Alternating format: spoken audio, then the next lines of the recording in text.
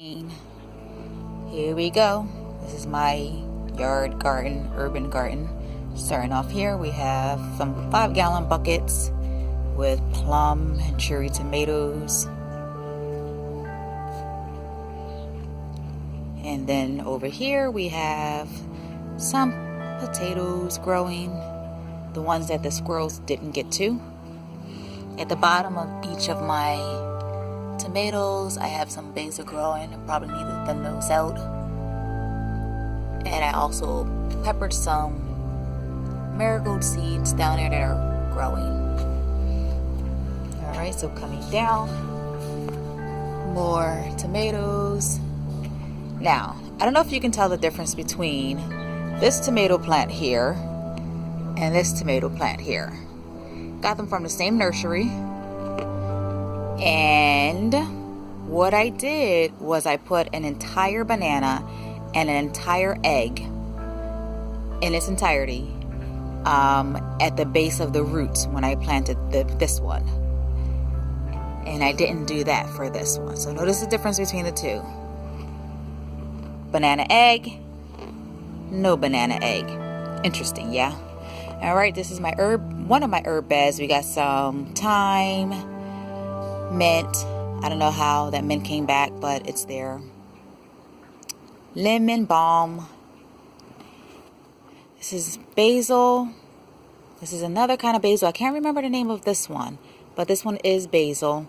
And then I have some seeds growing in the back. And then we also have some chives growing here. Here's another bin of potatoes. This is my trash can full of cocoa core. So as I do more planting, or as I continue to stack up the dirt on my potatoes, I like to lighten it with the cocoa. More potatoes, and then I have a little tower of, I guess, dinosaur kale, and then the mint at the top trying to keep the flies away, white flies, as well as the moths. Blueberries, I might end up getting rid of my blueberry bush or whatever this is because it hasn't produced in 3 years. Got some good foliage, but no flowers. I did put the acidifier in here and still nothing. Moving along, we have my garden tower, my first garden tower. This one I started outside of the top with the flowers. I started this one from seeds. And as you can see, there's pretty good growth going on.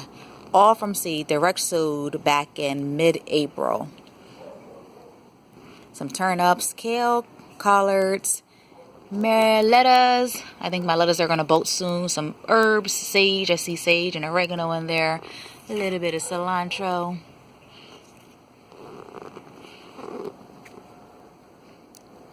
Here we have kale. That lasts is the second year for this kale.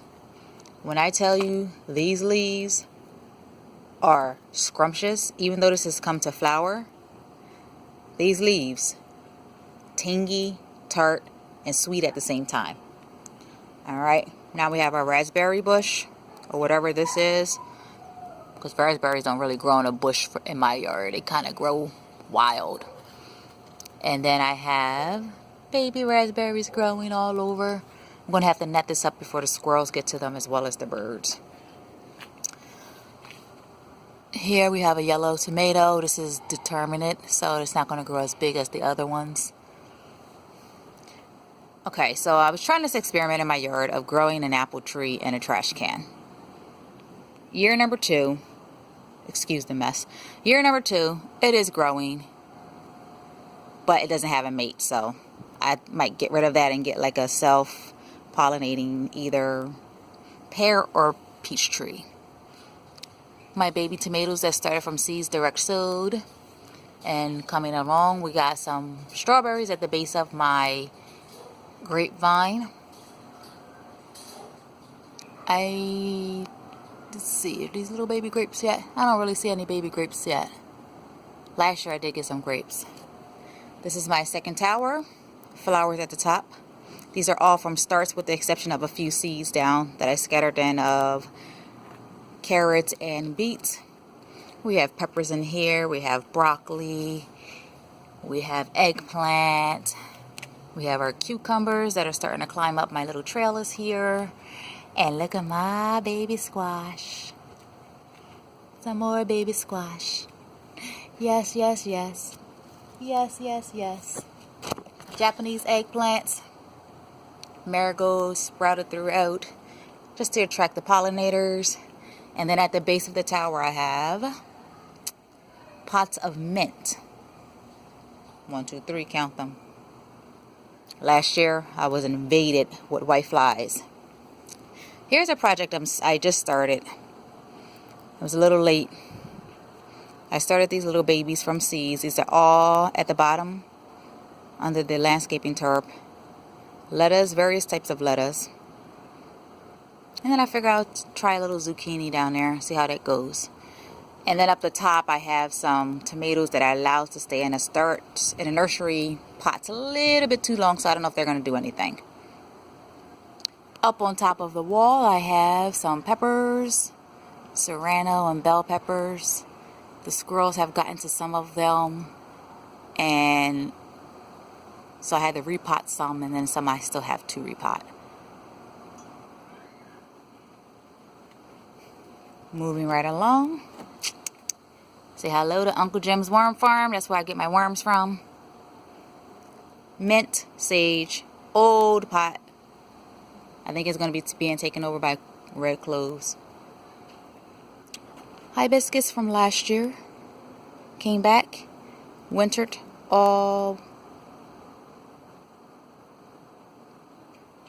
wildflower bed. Edibles. Nasturtiums, marigolds. And this is my rosemary that stayed from last year. And a little bit of thyme on the end that remained from last year. I don't know what's going on with these lamb quarters. Little eyes are growing on them somehow, some way. And then I have buckets. This one has eggplant and squash, zucchini squash, I believe. This is a determinate beefsteak tomato and Thai basil. And then this is an indeterminate beefsteak. Pepper in the front and then a little bit of Thai basil. This is my experiment with strawberry tower using a hamper lined with burlap. The majority of the roots did not return this year, so I think I'm going to scrap this project come next year. Amend the dirt and use it in maybe a raised bed or something. Alright, this is my high intensity raised bed. I already harvested a lot of kale and collards from here. There's a little bit of broccoli growing in front. And intermixed between everything is a lot of marigolds. Because like I said, last year I was infested with white flies. And as you can see, with all this stuff, all this brassica that's growing, no white flies. So I think my marigolds are really helping to keep those white flies away. There's some corn and beans in the back. Everything just loves being close together. I don't know. Some Russian sage that came back from last year. Got from Home Depot for like $2. This is a hydrangea that came back. I acidified that.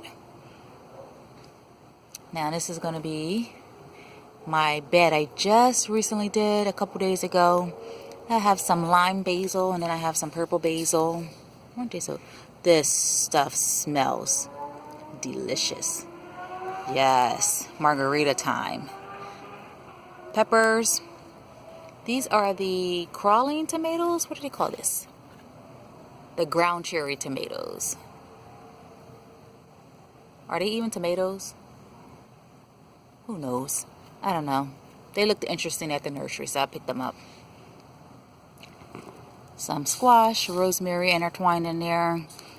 Trying to keep bugs down as much as possible using herbs and flowers without the use of pesticides. Eggplants, cilantro, and then we also have some more peppers at the end, bell peppers. This is my non-high intensity bed. Things are starting to grow. It took a while for this bed to take off. Everything was stunted for a long period of time, and as you can see, my beans in the back, the leaves were yellow, or still are yellow. And then I amended the soil so they're starting to turn green.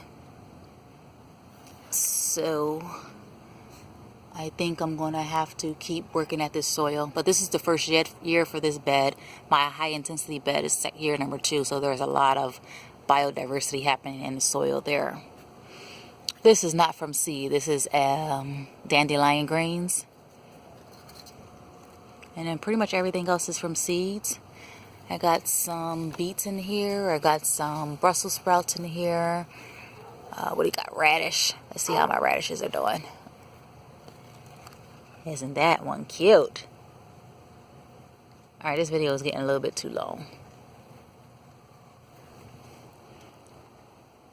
And that's about it. My little urban garden. Trying to utilize as much space. Don't mind the mess. I'm still working on that. Utilize all my space as much as possible. And growing as many types of vegetables and fruits as possible in my small space. I'm really hoping that this little project takes off, at least for the lettuce, because I know it's still cool here even though it's going into June. Mess. And there we go.